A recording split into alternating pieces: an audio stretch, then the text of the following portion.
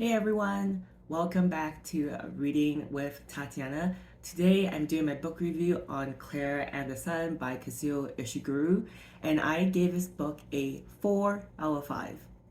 Before I go into my full book review, my Booktuber Shoutout today goes out to Reading with Merb. Why I'm shouting her out is because this was one of her top 10 books of 2022, and I've been following her channel for a while. She is a great booktube supportive channel, as in December she did like a compilation of like 30 booktubers, which was awesome. And yeah, she's also invited me on like book clubs on Bookstagram, and I really like her channel, so I'll link it down below. And as always, before I go into my full book review, I always appreciate it if you hit the subscribe button. If you like this video, please give it a thumbs up. And if you've read this book or any other of Kazuo Ishiguro's book, I would love to hear your comments down below. Klara and the Sun was published in 2021, and the genre I would put it in, which is very surprising to me because this isn't a genre that I normally delve into, but I think this might be my slippery slope into this genre, is sci-fi.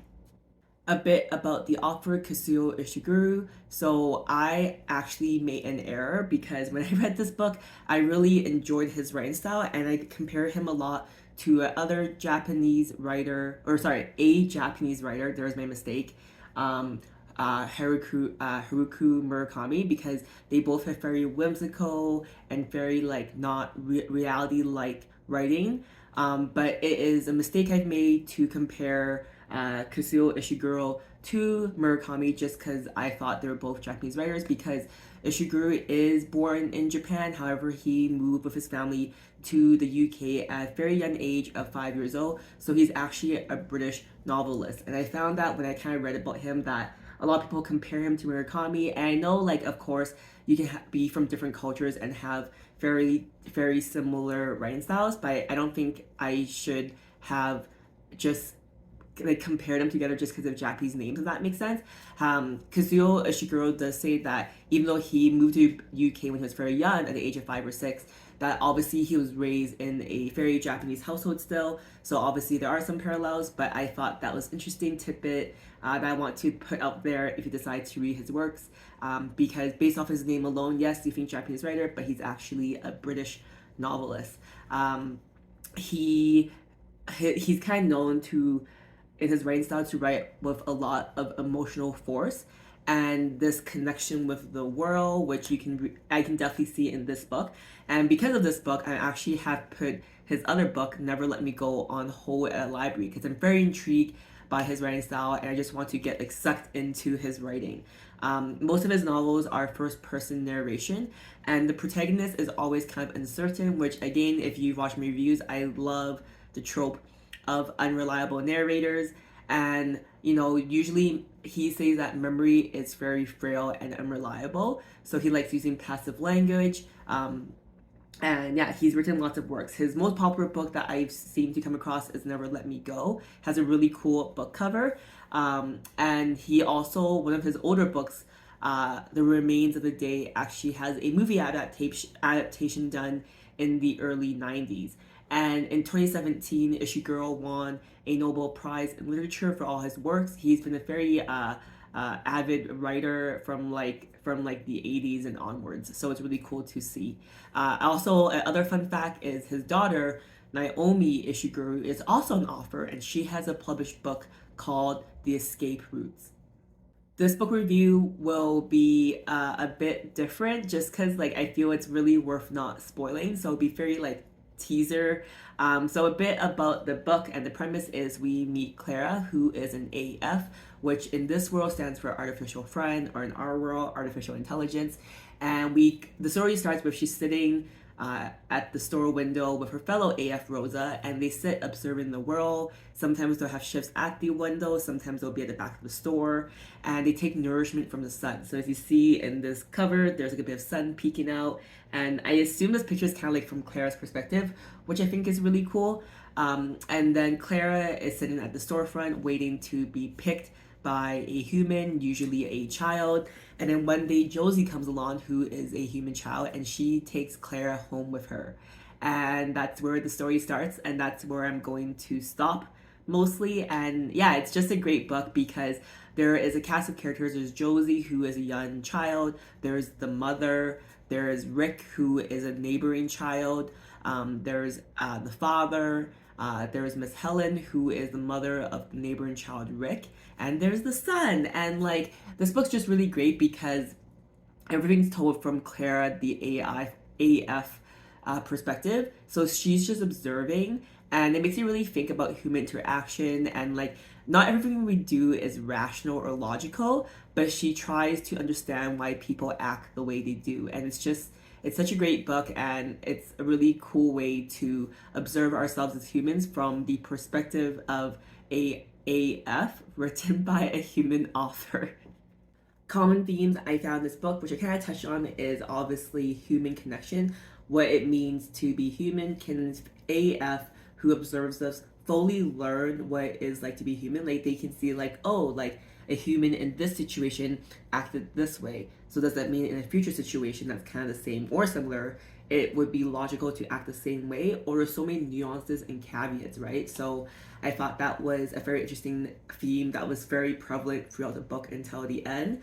Other thing that happened is ex- grief and how you would handle it with the technology of AF. If you're able to prolong someone's death in the form of AI, would you? Is it okay? Is it not okay? I don't know. It's very interesting and something that I thought about while reading this book. If someone in my life was gonna die, would I want to prolong their life through the use of artificial intelligence? Not really sure.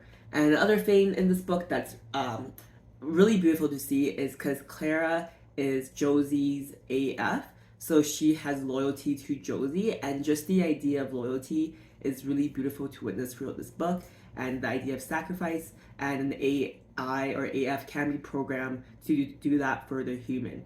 A segue, it was so funny for me to read this book just because recently I watched the horror thriller slash comedy for Megan, and that kind of similar concept. So if you watch that movie, I think you'll also enjoy this book. There were some things I didn't like about this book. Well, really just one thing. So without reading the book, it's a kind of this future dystopian world that's basically our world now. So in this universe, people have the option to either help their kids be more gifted or not. They don't really say what the process is, but there's this whole debate like, oh, if you would help your kids, would you or would you not? And everything we observe in this world is through Klara's eyes. So she's just getting like hints from people's conversations. It's not blatantly explained to her. Or even if it is, she's interpreting it not at face value, or she's interpreting it at face value, so she can't see the nuances. So her human, Josie, her parents are divorced, the father and the mother, and it seems evident that they have very opposing views, and the father lives in this community doing whatever. So one thing I didn't like about this book was I wanted to be more blatant into what this dystopian future is. There were like some context clues, but I wanted more. So one thing I really enjoy about books is maybe even the plot and characters weren't like 5 out of 5, which this book is not. It's a 4. It gets lots of brownie points for me because I want to learn more about this world. So yeah, and also like other thing I didn't like about this book was like touching on like how even the plot and characters were lacking, was that it wasn't believable how some characters like Rick, the neighboring kid, and the father was so supportive of Klara, the AF's goals, when ultimately she's just like a artificial intelligence and a robot, and she's not their artificial friend. So I guess the author did that though to kind of like have the discussion of like, when do you treat an AF as a human? I don't know. It's a gray area. Very curious what you think. Will you always see AI as AI, or do you think in the future there will be some blend depending on the relationship? I don't know. What I did like about the book, the number one thing, as I said before, is I love the trope of unreliable narrator. Everything's told from Clara's perspective, and I have a love-hate relationship that it's only her perspective because you don't know everything, but it's kind of fun as a reader to kind of investigate and kind of like work backwards to see what Claire is describing as what I would interpret as a human if I was in that situation. And I said earlier, the universe that Ishiguro created, I I'm totally drinking the Kool-Aid. I love it. I want more of it. On Goodreads, this book got an average of 3.77 out of 5. I think that's very accurate. It seemed like people either loved it or hated it, which I get. I think when it comes to like sci-fi, either you buy into the universe or you don't.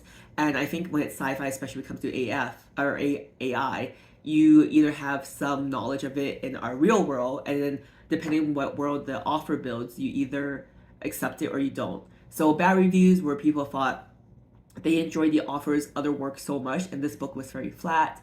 They felt there was no twist like the other books. They felt meh, and did not enjoy the perspective of just the AF. Good reviews, though, were on the flip side. They enjoyed the representation of AF and the perspective of AF.